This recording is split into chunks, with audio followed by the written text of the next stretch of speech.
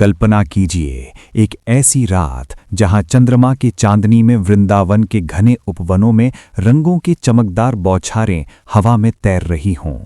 आधी रात का सन्नाटा, जब सारी दुनिया सो रही हो और अचानक एक मधुर बांसुरी की धुन कानों में गूंज उठे। क्या ये संभव है कि श्री कृष्ण और राधा रानी आज भी उन गुप्त कुंजों में दिव्य होली खेल रहे हों? क्या केवल शुद्ध भक्ति से सराबोर हृदय ही इस अनंत लीला के साक्षी बन सकते हैं?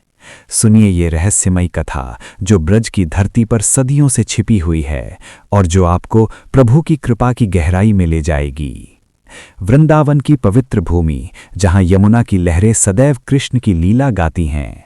प्राचीन काल से यह स्थान भक्तों का तीर्थ रहा है, जहां हर पेड़, हर फूल, हर हवा का झोंका प्रभु के स्पर्श से जीवंत हो उठता है। किंतु इस भूमि के गुप्त कोनों में एक ऐसा रहस्य छिपा है जो केवल सच्चे समर्पित भक्तों को ही दिखाई देता है। बात उस होली की रात की है जब फाल्गुन की पूर्णिमा पर ब्रज में रंगों का उत्सव मनाया जाता है। दिन भर गोपियां और गोप रंग गुलाल से सराबोर होते हैं, लेकिन जैसे ही रात गहराती है और गांव की लालटेनें बुझ जाती हैं, तब शुरू होती है वो दिव्य लीला। एक बार की बात है, सदियों पहले ब्रज में एक युवा भक्त रहता था। नाम था माधव। वो एक साधारण किसान का पुत्र था, लेकिन उसका हृदय प्रभु कृष्ण के प्रति इतना समर्पित था कि वो हर पल उनकी भक्ति में डूबा रहता। माधव की आंखें गहरी काली थीं, चेहरा शांत और भावुक, लेकिन उसके मन में एक गुप्त इच्छा छिपी थी। वो राधा कृष्ण की अनंत प्रेम लीला को अपनी आंखों से देखना चाहता था।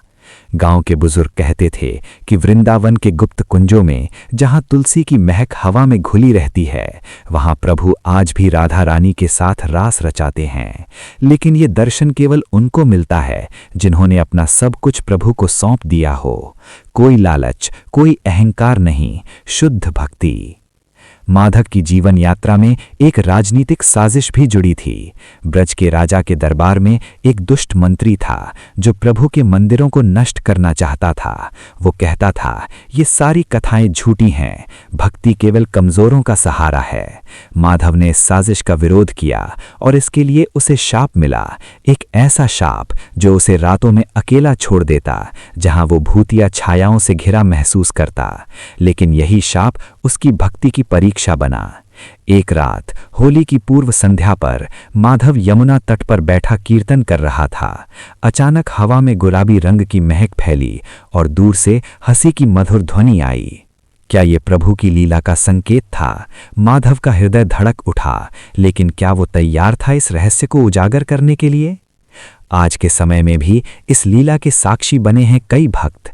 वृंदावन के राधा दामोदर मंदिर के पुजारी स्वामी हरिदास जी, जो पिछले 10 वर्षों से वहां सेवा कर रहे हैं, ने हमें बताया, एक बार होली की रात मैं मंदिर के द्वार बंद करने के बाद कुंज की ओर गया। आधी रात थी, सब सो चुके थे। अचानक चंद्रमा की रोशनी में मैंने देखा नीले रंग की एक आकृति बांसुरी बजाते हुए, और उसके साथ एक सुनहरी साड़ी वाली राधा रानी रंगों से खेलती हुईं। उनके रंग चमकदार थे, जैसे स्वर्ग से उतरे हों। लेकिन जैसे ही मैंने आगे कदम बढ़ाया, सब गायब हो गया। मैं समझ गया, मेरी भक्ति में अभी कमी थी। स्वामी जी की आंखें नम हो गईं जब उन्होंने ये अनुभव साझा किया। एक अन्य भक्तिन बरसाना की मीराबाई, जो हाल ही में 2024 की होली पर वहां गई थीं, कहती हैं, मैंने अपना सब कुछ प्रभु को समर्पित कर दिया था, परिवार, सुख, सब। उस रात मैं कुंज में बैठी जप कर रही थी। अचानक हवा में मिश्री की मिठास घुली और मैंने देखा कृष्ण और राधा चमकते रंगों से एक दूसरे को रंगते हुए। उनकी हंसी में दिव्य संगीत था। मैं स्तब्ध रह गई और अगले दिन से मेरी भक्ति और गहरी हो गई। ये अनुभव बताते हैं कि ये लीला इटर्नल है, लेकिन केवल शुद्ध हृदय वाले ही इसे देख पाते हैं। माधव की कथा में भी वो मंत्री की साजिश से घिरा था।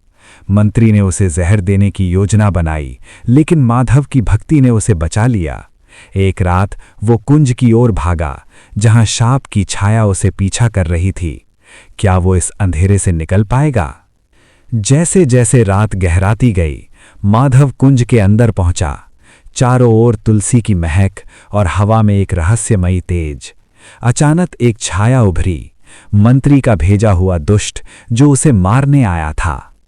तूने राजा के खिलाफ बोला है, अब तेरा अंत आया, वो गरजा। माधव डर गया, लेकिन उसने प्रभु का नाम लिया, हरे कृष्ण हरे कृष्ण। तभी एक दिव्य प्रकाश फैला, कुंज में चक्र की तरह घूमते रंग दिखाई दिए, लाल पीला हरा सब चमकदार। और बीच में श्री कृष्ण प्रकट हुए, अपनी बांसुरी से मधव धुन बजाते। राधा रानी उनके साथ थीं, उनके हाथों में गुलाल। भक्त माधव, तेरी भक्ति ने हमें बुलाया, कृष्ण बोले, उनकी आवाज में अमृत घुला हुआ। मंत्री का दुष्ट स्तब्ध रह गया। ये क्या जादू है, वो चीखा। लेकिन कृष्ण ने अपना सुदर्शन चक्र उठाया, जो प्राचीन अस्त्र की तरह चमका। चक्र ने दुष्ट को घेर लिया और वो धोखे की आग में जलकर राख हो गया। माधव की आंखों से आंसू बह रहे थे। प्रभु, मैंने आपको देख लिया, वो बोला। राधा रानी मुस्कुराईं। ये लीला अनंत है माधव, लेकिन केवल वे देखते हैं जो अपना अहंकार त्याग दें। तभी एक बलिदान की घड़ी आई। माधव को अपनी गुप्त इच्छा त्यागनी पड़ी, वो इच्छा जो उसे दर्शन की लालसा में बांधे थी। उसने सब समर्पित कर दिया और लीला और तीव्र हो गई। रंगों की बौछार में कृष्ण और राधा ने होली खेली। उनके स्पर्श से माधव का शाप टूट गया। लेकिन क्या ये अंत था या एक नई शुरुआत? अंत में माधव ब्रज का महान भक्त बन गया। मंत्री की साजिश उजागर हुई और राजा ने भी भक्ति का मार्ग अपनाया। लेकिन रहस्य बाकी रहा। क्या हर होली की रात ये लीला होती है? स्वामी हरिदास जी कहते हैं, हाँ, लेकिन देखने के लिए शुद्ध भक्ति चाहिए। मीराबाई की तरह कई भक्त आज भी साक्षी बनते हैं। इस कथा से सीख मिलती है कि प्रभु की लीला में डूबने के लिए अपना सब त्यागो। दिव्य हस्तक्षेप हमेशा होता है जब भक्ति सच्ची हो। क्या आप भी तैयार हैं ऐसी भक्ति के लिए? सुनिए ये मंत्र, हरे कृष्ण कृष्ण कृष्ण हरे हरे, हरे राम राम राम हरे हरे। प्रभु की कृपा आप पर बरसे। अगर आपको ये कथा पसंद आई तो कमेंट्स में अपनी भक्ति की कहानी साझा करें। क्या आपने कभी ऐसा दर्शन किया है? अगली कथा में हम ब्रज के एक और गुप्त रहस्य पर बात करेंगे। जय श्री कृष्ण।